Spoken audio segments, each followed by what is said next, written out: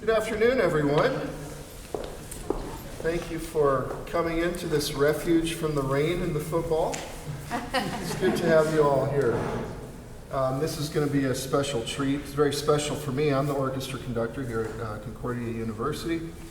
And Sophia was a tremendous student here. She set the highest standard for performance and also the highest standard for collaboration amongst peers and people outside the university. And she is absolutely excelling, to no surprise by anyone around here. She's excelling at USC in her studies towards a master's degree in saxophone. Today she collaborates with pianist Andrew Edwards for a very special program.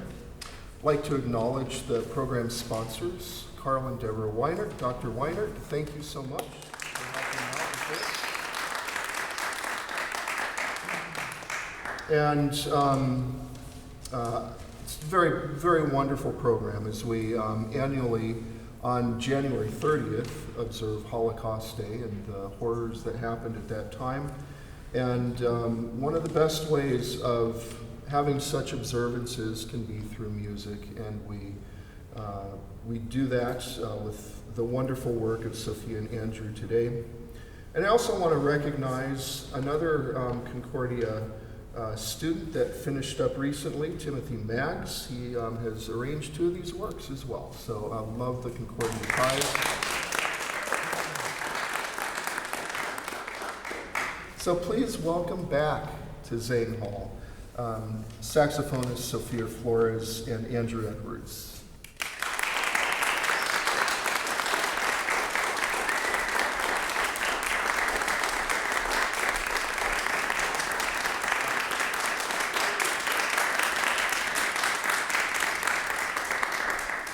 Hi everybody, thank you so much for coming today. We are so excited to be here. My name is Sophia Flores and this is my friend and pianist Andrew Edwards, and it's such an honor to be here today. We are two master's students at University of Southern California and we're finishing up our master's degree in music performance. This is our last semester, so it's a very full circle moment for me because I did my undergraduate studies here in music, and it's just such an honor and privilege to be back here as a guest artist. So thank you, Concordia, for having me. Today we have a program titled I Never Saw Another Butterfly. And this repertoire will include music from the Holocaust that has been listed as degenerate or blacklisted music. Blacklisted music at this time was anything written by anyone who was Jewish, black, homosexual, a gypsy, or even anyone that wrote jazz. So essentially, if the music didn't fit the standards and ideals from the Nazi regime, it could not be performed. So this is highly unfortunate because there were a lot of musicians and composers at this time writing great music that couldn't be premiered. And as a result of that, today there's a lot of music that has been forgotten. So today we gather, we do want to remember the people and the lives that were lost in the Holocaust. However, we do want this concert to be more of a celebration of the lives of the composers, as well as a revival of this lost genre of music. So we're incredibly excited to be presenting this music today.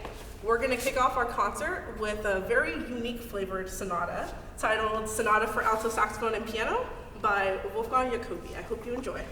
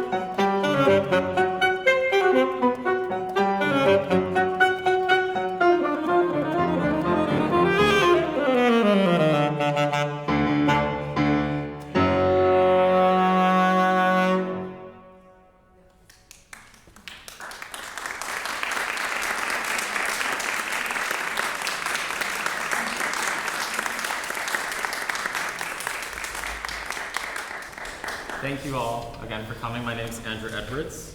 And what you just heard was the Sonata for Alto Saxophone and Piano by Wolfgang Jacobi. I just want to talk a little bit about who Wolfgang Jacobi was. He was born in 1894 off the coast of Germany on an island of Bergen.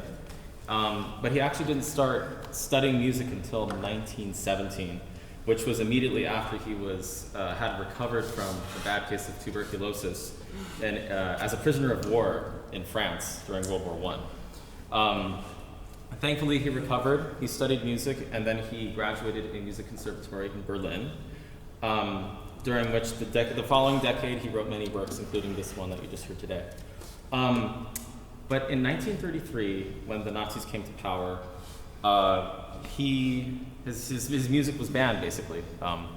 Jacobi was of Jewish heritage, and so they blacklisted his music as a result. And he fled to Italy, and luckily, escaped with his life. But his career never recovered until soon, actually a decent amount of time after the war, probably around the late 50s. But then he found a resurgence in his career when he started writing accordion music, of all things. And a lot of his works are actually standard repertoire for virtuosic accordion music, which is pretty interesting. He died in 1972, though, and then again fell into obscurity. So we're lucky to be able to play his music for you. As Sophia hinted at earlier, some of these composers that we're playing today, they themselves may not have been in the camps or been directly affected by what the atrocities the Nazis were committing, but were indirectly affected as a result. And Jacobi falls into this category. So this piece actually is written before he even knew this was going to happen, that the Nazis would come to power. But it's interesting listening to it in retrospect. There is a fair amount of darkness, at least I find, in the second movement especially. It's just something to think about. But there are some pieces of music that were written as a direct response that are very biographical. And so the next piece that we're going to perform today falls into that vein, which Sophia will introduce. Yeah, so our next piece is titled Farewell My Krakow, and this is by actually a pretty well-known composer of the time named Mordecai Gebirtig. He was a folk songwriter and poet, and he was especially known for writing incredibly simple but overwhelmingly beautiful melodies. And he wrote Farewell My Krakow in June of 1942 when himself and other people were being abruptly taken out of Krakow, Poland, and taken to the concentration camps. It was a very, very sad time for him, and he wrote this song essentially as his goodbye to his city and to his family and his friends and to Earth. So it was very sad. Once when he finished writing the song, as he was taken into the concentration camps, he got shot. So this was the last thing that he probably ever wrote. It's not confirmed, but it's pretty likely that this is the last thing. And I shared this beautiful melody with my friend Timothy Maggs, and he wrote a beautiful arrangement for us today. Thank you so much, Timmy, if you can stand up for us. So we'll be playing that for you today, and I hope you enjoy this melody as much as I do. It's Farewell My Krakow by Mordecai Gebirtig, arranged by Timothy Maggs.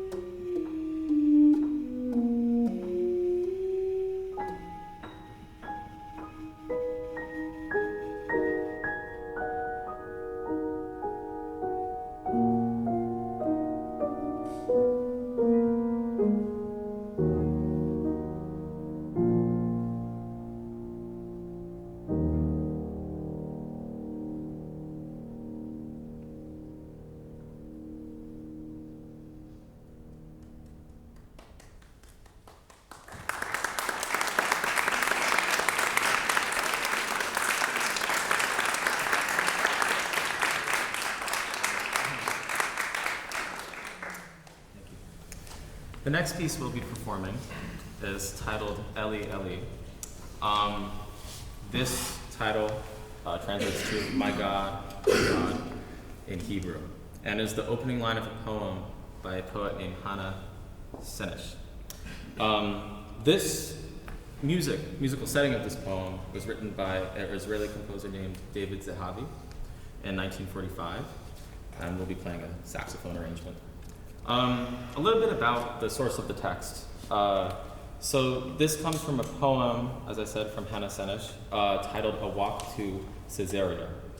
And the poem expresses this desire for eternal hope, essentially. It describes her yearning that the sands leading to this place, Caesarea, which is a area off the coast of what's now Israel,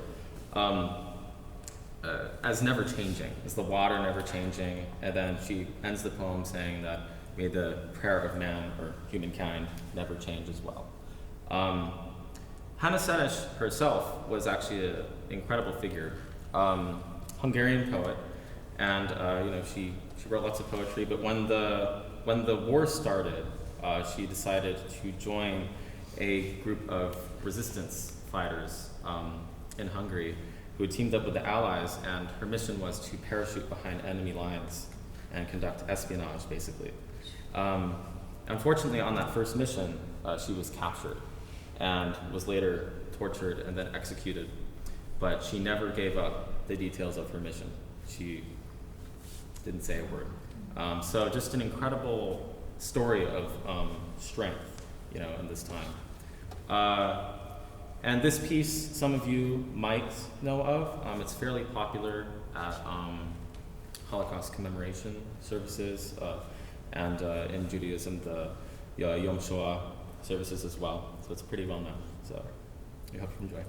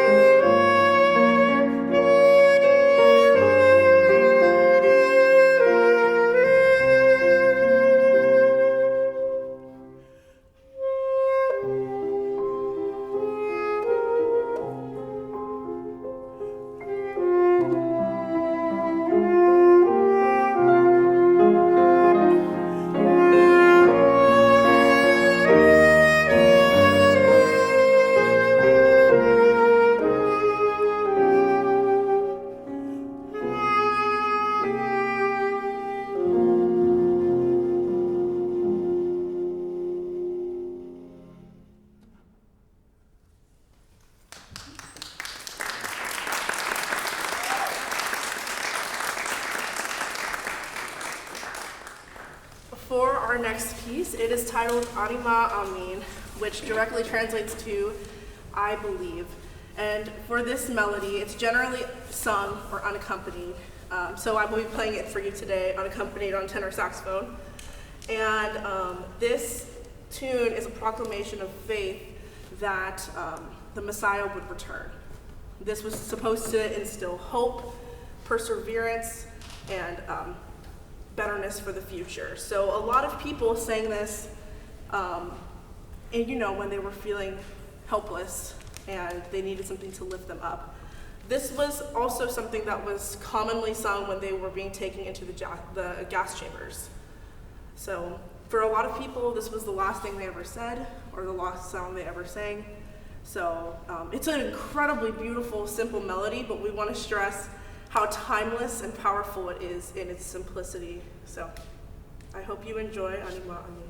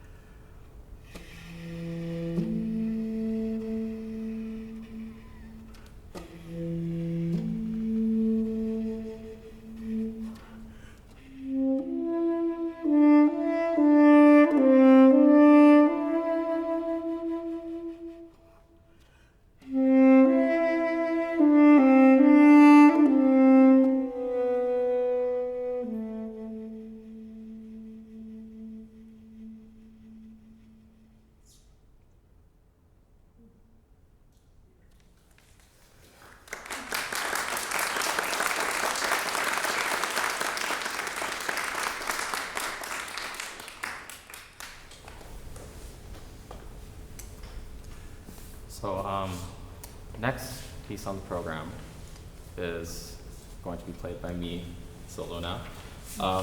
It is a sixth piano sonata by Victor Ullmann. Victor Ullmann is a name maybe not all of you have heard.